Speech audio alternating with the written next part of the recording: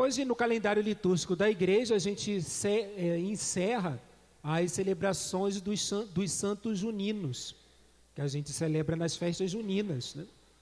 Santo Antônio, dia 15, São João Batista, dia 25, e São Pedro, dia 29. Então, esses três santos é que deram origem às nossas festas juninas. E por que a Igreja Católica celebra São Pedro e São Paulo juntos, no mesmo dia? Porque os dois são colocados nos Atos dos Apóstolos no mesmo processo de evangelização. Está lá nos Atos dos Apóstolos, quando eles dividem as tarefas. Pedro e os 12 ficariam responsáveis pela evangelização dos judeus. Paulo e os seus discípulos ficariam responsáveis pela evangelização dos pagãos. Então, dentro do processo de evangelização, levar o evangelho a toda a criatura, então os dois capitanearam, lideraram um grupo. Então, Pedro lideraria os 12 na evangelização dos judeus, Paulo e os seus discípulos evangelizariam os pagãos. Então, por isso, os dois são celebrados juntos, já que são colocados juntos num processo de evangelização. Os dois são bem diferentes um do outro. Pedro era um homem simples do povo, era pescador, juntamente com seu irmão André e outros dois irmãos, Tiago e João. Então, os quatro viviam em sociedade, pescavam juntos. Paulo já era um homem de estudo, letrado. Ele era fariseu e estudava para ser doutor da lei. Os dois também são diferentes em termos de temperamento. Pedro era alguém que, segundo o texto bíblico, às vezes agia e falava sem pensar. Por exemplo, quando Jesus é preso, é perguntado 3 vezes a ele se ele conhece Jesus, se ele é um dos discípulos. Ele imediatamente, sem pensar, fala: não sou. Depois que Galo canta e ele lembra do que Jesus havia dito, aí ele cai em si e se arrepende. Então notem que é aquele tipo de pessoa que fala sem pensar, aí depois que vai refletir no que falou, o que fez, é que vai se dar conta. Paulo era um homem rígido, já que ele era fariseu, ele era um homem rígido nos costumes judaicos e os seguia fielmente. Ele mesmo fala isso na carta aos Gálatas, que é um judeu zeloso. Então é um homem bem rígido nos costumes, aquele tipo de pessoa que segue a regra e exige que a regra seja seguida fielmente. Os dois tiveram também mortes diferentes. O primeiro deles foi São Pedro, que morreu em 64, foi crucificado, assim como Jesus, e Paulo morreu decapitado. Então, os dois tiveram trajetórias bem diferentes um do outro e são celebrados juntos como tendo sido escolhidos para liderar o processo de evangelização da igreja. A celebração de São Pedro e São Paulo nos dá também a oportunidade da gente falar sobre uma das notas características da igreja. Quais são as notas características da igreja? São aquelas que a gente reza no credo. A igreja é una, santa, católica e apostólica. Essas 4 são as notas características da igreja. Tem esse nome porque elas, as 4, caracterizam a igreja. O que a igreja é? Una, santa, católica e apostólica. Então, a 4ª e última é a apostólica, a apostolicidade da igreja. Então, a celebração de São Pedro e São Paulo nos dá a oportunidade de a gente falar disso. Por que a gente diz que a igreja ela é apostólica? Então, primeiro, a igreja ela é chamada apostólica porque nós cremos naquilo que os apóstolos anunciaram. A nossa fé é baseada na fé deles. Nós cremos naquilo que eles nos contam. Aquilo que a gente tem de informação sobre Jesus está no Novo Testamento. E o Novo Testamento é de autoria dos apóstolos. Os textos que não são de autoria dos apóstolos têm a influência deles. Por exemplo, São Marcos. São Marcos não era do grupo dos 12, mas ele era discípulo de Pedro. São Lucas. São Lucas não era apóstolo, mas ele era discípulo de Paulo. Então, os relatos que nós temos de Jesus são o testemunho deles. Nós cremos no que eles nos contam. Então, repare que a nossa fé, ela depende do testemunho deles. Nós cremos no que eles nos contam. Se você, por curiosidade, for no dicionário da língua portuguesa e procurar lá no dicionário o significado da palavra fé, uma das definições de fé é assim: crer no testemunho de outrem. Essa é uma das definições de fé. Crer no testemunho de outrem. Alguém te conta algo. Ali eu fui na praça e aconteceu isso assim assado. Você então reconta essa mesma história para uma terceira pessoa, como se você tivesse visto, mas você não viu, você não estava lá, mas você conta como se você tivesse visto, porque outra pessoa te contou, e você acreditou no que ela estava te contando, de tal maneira que você repassa aquela história como se fosse você. Então, isso é fé. Fé é isso. Tem também, quando a gente fala assim, fulano agiu de má fé. Fulano agiu de má fé. O que é agir de má fé? Eu sei que você vai acreditar em mim. Então, eu sei que você vai acreditar no que eu te contar. Sabendo disso, que você vai acreditar em mim, eu de propósito, porque eu sei que você vai acreditar em mim, te conto uma mentira. Porque eu sei que você vai acreditar em mim. Então te conto uma mentira, de propósito. E aí então você espalha a minha mentira, porque você acreditou em mim. Então eu agi de má fé. Então fé, uma das definições dela é crer no testemunho de outrem. A fé da Igreja Católica é apostólica, porque nós cremos no testemunho dos apóstolos. Nós não estávamos lá, nós não ouvimos nem vimos o que eles viram, mas nós acreditamos na versão deles. Então veja, isso que a gente está lendo, isso que a gente acredita, é o testemunho deles, e a gente acredita naquilo que eles estão nos contando. Por isso, então, que a gente diz que a igreja ela é apostólica. Segundo, a igreja ela é apostólica porque ela é construída a partir deles. Eles foram escolhidos e a partir da pessoa deles se é feita a igreja. No Apocalipse de São João é dito que desce do céu a Jerusalém do alto. E aí começa a descrever como é que é a Jerusalém celeste. Aí ele diz que a Jerusalém celeste tem 12 colunas. E em cada uma das colunas está o nome dos apóstolos do Cordeiro. Qual é o objetivo da coluna numa construção? A coluna é o que segura a laje. Se você derruba uma coluna, a laje vai cair na sua cabeça.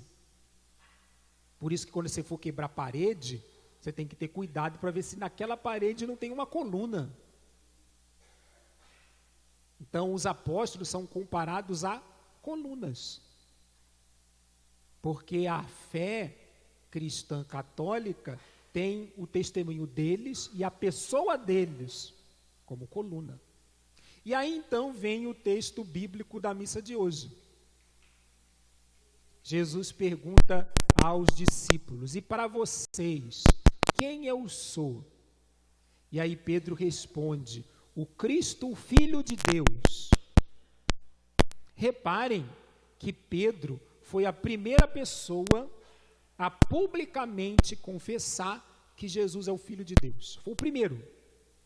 Quem foi a primeira pessoa que disse que Jesus é o Filho de Deus? Pedro. Pedro foi o primeiro a dizer que Jesus é o Filho de Deus. Então, os cristãos nascem da fé de Pedro.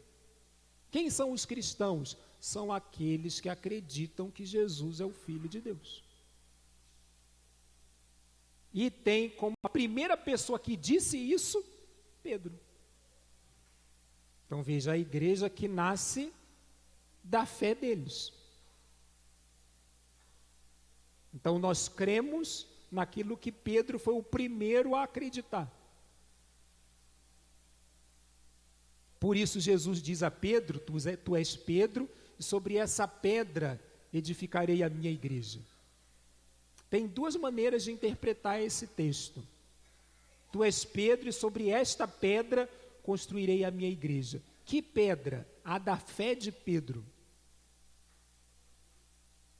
Então, qual é a fé de Pedro? Que Jesus é o Filho de Deus. Então, sobre essa pedra, a fé, é que eu vou construir a minha igreja. A minha igreja é aquela que vai acreditar que eu sou o Filho de Deus. Assim como Pedro foi o primeiro a acreditar. Então, os cristãos são os que acreditam que Jesus é Deus, o Filho de Deus. O muçulmano é cristão? Não. Por quê? Porque ele não acredita que Jesus é o Filho de Deus. Então, o que faz o cristão ser cristão? É aquele que acredita que Jesus é Deus e o Filho de Deus. Esses são os cristãos. Quem foi a primeira pessoa que disse isso? Pedro. E sobre essa fé de Pedro que é construída a igreja. Segunda maneira de ler esse texto: tu és Pedro, e sobre esta pedra construirei a minha igreja. A partir da pessoa deles. Então, primeiro, a partir da fé. Segundo, a partir da pessoa deles. E aí a gente procura na Sagrada Escritura textos iguais. Textos iguais. E aí você vai encontrar Abraão. Deus diz para Abraão: de você eu vou fazer um povo, tão numeroso quanto as estrelas do céu. E de Abraão sai Israel.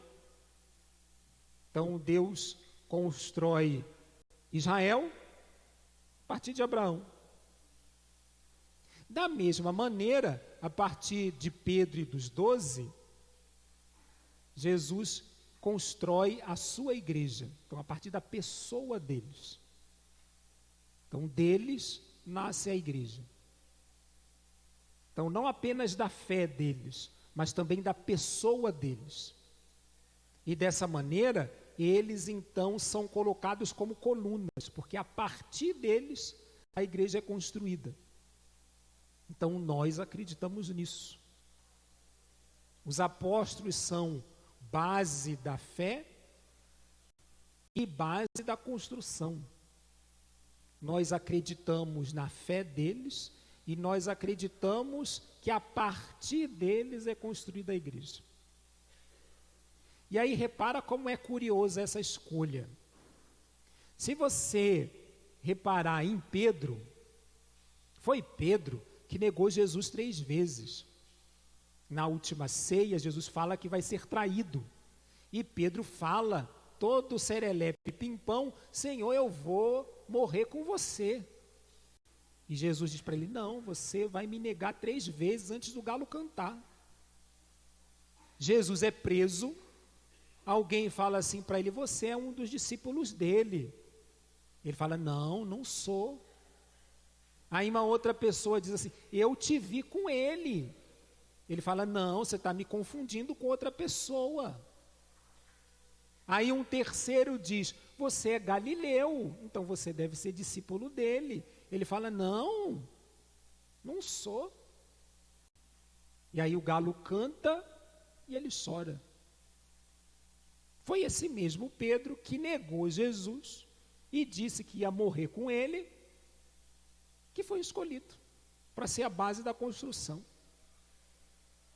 Paulo perseguia os cristãos para matar.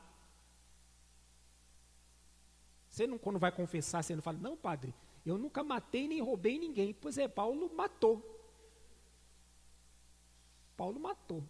Você não fica indignado, esse cara aí matou, tem que ir preso. Pois é, meu filho, Paulo matou.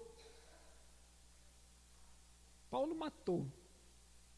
Ele seria uma das pessoas que você ficaria indignado. Né? Como? Esse homem é escolhido para ser a base da construção da igreja? Pois é, foi ele escolhido como base da construção da igreja. Olha só que coisa curiosa, né?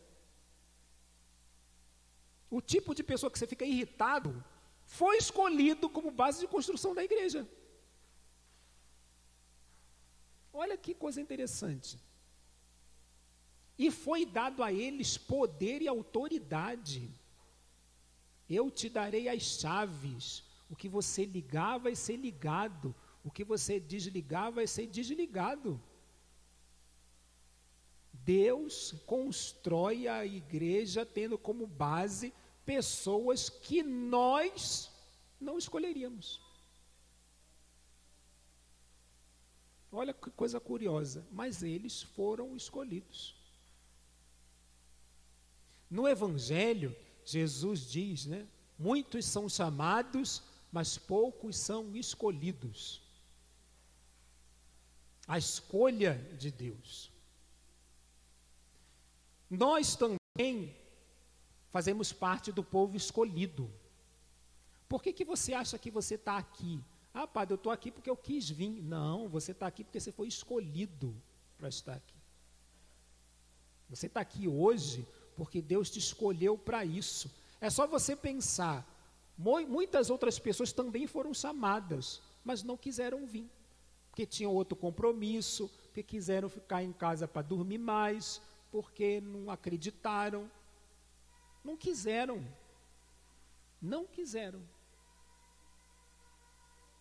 Então nós estamos aqui porque fomos escolhidos para isso. Jesus vai dizer, não fostes vós que me escolhestes, mas fui eu que vos escolhi por primeiro. Então nós fazemos parte da escolha de Deus, assim como Pedro e assim como Paulo. Foi Deus que nos escolheu. Então isso deve ser para nós motivo de alegria, termos sido escolhidos. Em época de Copa do Mundo, né, não é interessante? Vai lá o técnico da seleção e vai convocar os jogadores que vão para a seleção. Aí aqueles que são escolhidos ficam felizes da vida, né? Aqueles que não são escolhidos ficam frustrados. Depois de algum tempo, né, a gente até ouve algum deles dando entrevista dizendo, eu não entendi por que eu não fui. Pois é, Deus nos escolheu. Deus nos escolheu. A gente está aqui porque fomos escolhidos. Por isso o Salmo se alegra com isso. Primeira estrofe. A minha alma se gloria no Senhor. Por que a minha alma se gloria? Porque Deus me escolheu. Ah, ninguém me quer, ninguém repara em mim. Deus te escolheu.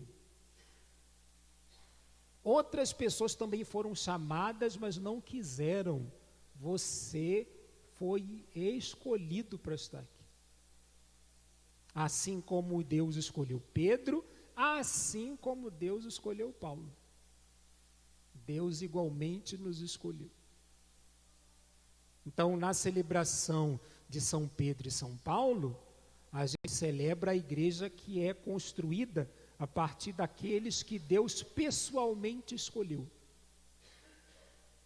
Então, Deus nos escolheu para fazermos parte da sua igreja.